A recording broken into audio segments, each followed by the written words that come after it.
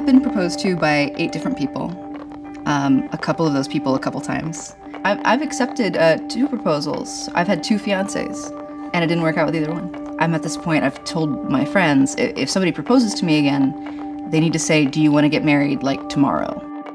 Okay, when I see my dream girl walking towards me, she is probably on the shorter side. Not really, really skinny, but not super curvy, so maybe something in between. And just a nice smile and, you know, kind of like an open heart that I can see through her eyes.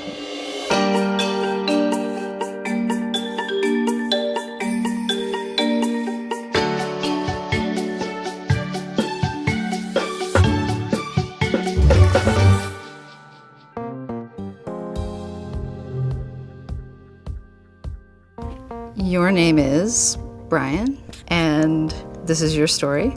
You are 30 years old. For work, you are an EMT. You grew up in San Diego. Okay, you're really close with the name. That's actually my dad's name, Brian. My name is Brendan. I'm 28, so you're pretty close there. I'm not an EMT, I'm an actor. So I could play an EMT sometimes, I guess. I grew up in Chicago. Your name is Alexa, and this is your story. You are 24 years old. For work, you are a dog trainer. You grew up in Florida. My name is Allie, and this is my story. I'm 27 years old. For work, I'm an addiction specialist. I do love dogs, though. I grew up in Texas. Hi. So we were both pretty close on the names. That's a start. We were. First letters, right? I really wasn't sure with the job stuff, but I was like, okay, like you're in shape. So I do play a lot of sports, like a big football person. Oh, good. I'm kind of like a dog if you just throw a ball, I'm going to chase it. So it would be ideal if I was a dog trainer. Well, no, that'd be a little weird. Too much, maybe. Yeah. I was raised in a very conservative household. On top of that, it was Mormon. It's family first. It's be modest and be respectful. It was also military household, so, you know, I learned to shake hands when I was a small child. Actually, I could include that in one of my deal breakers. When a guy comes up to me with a weak handshake, it's a deal breaker. I was raised Catholic, but I wouldn't say it was strict. I didn't have like the ruler over my head, like you better go to church every day or else, buddy, you know. My dad would say, definitely stay Catholic, go to church multiple times a week, and my mom would say, you don't have to go to church if you don't want to, so we could make our own decisions with that.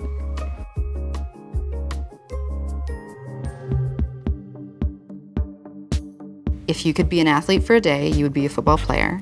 Your nickname is B. You prefer to spend time with people who have more left-leaning views and values. Is that liberal? Yeah, liberal. Yeah, liberal. If I could be an athlete for a day, I would definitely be a football player. Yeah, just for a day though, because it hurts. One of my nicknames is B. Yeah, I have a lot of people just start calling me things. I just was thinking, like, people aren't always creative. Football players aren't the most creative with their nicknames, I guess. Yeah, you're right. Liberal. That being said, I don't really follow politics either way, you know. There's some people that, you know, they meet you, and if they hear you're conservative or liberal, they're just like, well, I'm not talking to that person. If you could be an athlete for a day, you would be a soccer player. Damn it. Your nickname is Al. Real creative, right? Or A. You prefer to spend time with people who have liberal views and values. If I could be an athlete for a day, I'd probably be like a stunt person, actually. Oh, cool. For nicknames, there have been the people who have tried to call me Al. There have been a couple people, but I think more of what my family has called me, which is like Messy Marvin. Messy Marvin? Yeah. And it kind of ends up being any of the kids' nicknames, but I also, it applies to me. Okay. Are you? I'm a little messy. I'm messy. All right, what do you think? Liberal views and values. No? It's more conservative? Okay. I've lost friends recently over politics, which is crazy because I've never been that into politics. You sure? You're losing friends over it. Yeah, it was just because they had really strong feelings. Oh. And so the feelings that I did have didn't line up with theirs, and they just took it way over. So my friends group got even smaller. Oh, wow. Well, if there's people that are that charged about it, maybe it's better that they're not in your face about it all the time. Lucky for me, I'm just living under a rock with that stuff. I'm like, I have no idea. I wake up and I put my pants on one leg at a time and start making breakfast. Left leg or right leg first? I can understand why you'd be like, nah, this isn't something I care about anyway. I don't know.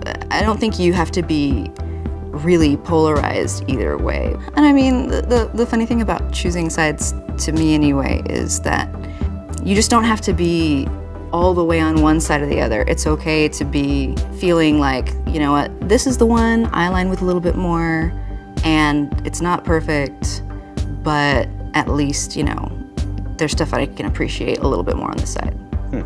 But understanding the other at the same time. Yeah. I remember when my parents got divorced, they sat me down along with my siblings, and they just said, hey, we're separating, but this has nothing to do with you guys, so we just want you to know that we both love you very much, we just need to be apart. And we all accepted that, and it's probably the smoothest kind of divorce that could have happened. But in retrospect, I would say that I'm a little more guarded when I go out and I'm dating people, because maybe in the back of my mind I have that, I hope this works out kind of thing. I am at a point in my life right now where I want some happiness, some stability. I want people in my life who I can count on, and to be moving forward, to be moving towards having a family.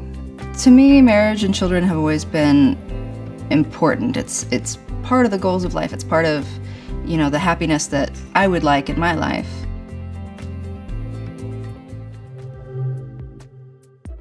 Brendan, you do think it's important for couples to discuss their sexual histories and expectations. You feel comfortable talking about sex. You learned about sex from your dad. Yes, it is important to talk about what you're comfortable with and what you're not comfortable with your partner, because if you're into some freaky stuff and they're not, then it's going to get real weird if you don't talk about it and just jump into it, you know?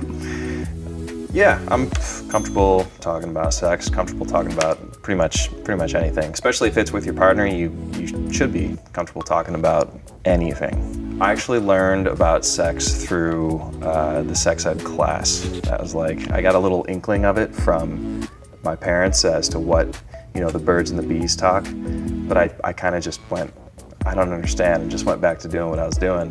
And then when I saw the class, I went, took the class, I went, oh, birds and the bees, I get it. And I was really confused, why would birds have sex with bees, you know? I just figured it was how birds did it and how bees did it. Not necessarily that they were together. Yeah, I thought it was like a bird having sex with a bee. That's weird. You do think it's important for couples to discuss their sexual histories and expectations. You feel comfortable talking about sex. You learned about sex from your mother.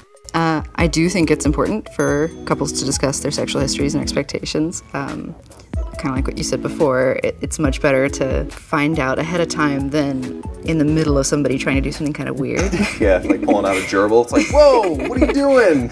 I mostly feel uncomfortable talking about sex. I kind of get nervous, like watching things. Like I'll be watching something like a movie, and I get like embarrassed, like secondhand embarrassed. So you always feel like you're watching a movie with your mom almost. Yeah. It's a little bit like that. Okay. My sister was the one who first explained it to me, and she felt it was very important that I understood like the terms, you know, like, you know, it's a penis. In my family growing up, the subject of sex was mostly not talked about. There's a lot of talk about modesty and saving yourself. You know, it was very like, oh, you know, like this is something you do when you get married. What do you think about marriage? You for it? You against it? I am very much for marriage.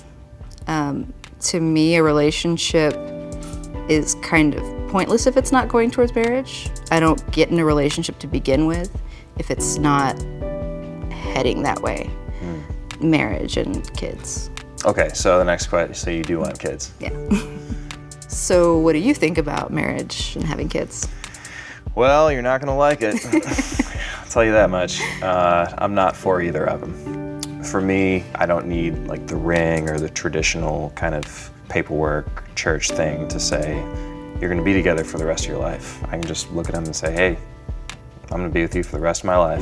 And with the kids thing, I always get a strange look when I say I don't want kids because I grew up in a big family and I love my family. I love them to death. I'll do anything for my family. But I just don't want any of my own, so. Hence why you like dogs. I do like dogs, yeah. Yeah, I guess that could be why I like dogs. This is a suitable replacement.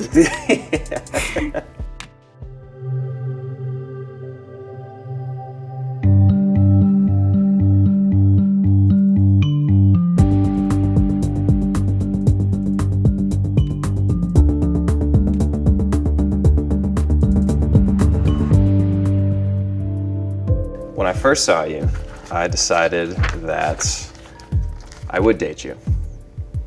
But after talking to you and getting to know you, even though you are a sweetheart, I would not date you. When I first saw you, I decided I would date you. But after talking, I have decided I would not date you. Fair enough. I think you and I had kind of similar thought processes. It's just at the end, the whole marriage and kids things it's obviously a big enough deal to us both. But I think it's nice that neither of us think we should change the other. No, I mean, you can change, certain things, but you can't change the core values, especially on like a first date. It's a very touchy thing to try to make a relationship with very different values. I think it can be done. I just think it's something both people have to be really willing to work on. When you're put there right in front of the person and you got to fill out a questionnaire that is designed to unearth those core beliefs and what they want out of a relationship, it brings, I wouldn't say brutal, it could be brutal, but an honesty to the relationship right off the bat, which I love. Well, even though we have differing views, I think you're a lovely person. And I wish you all the best. Thank you. You too. Thanks.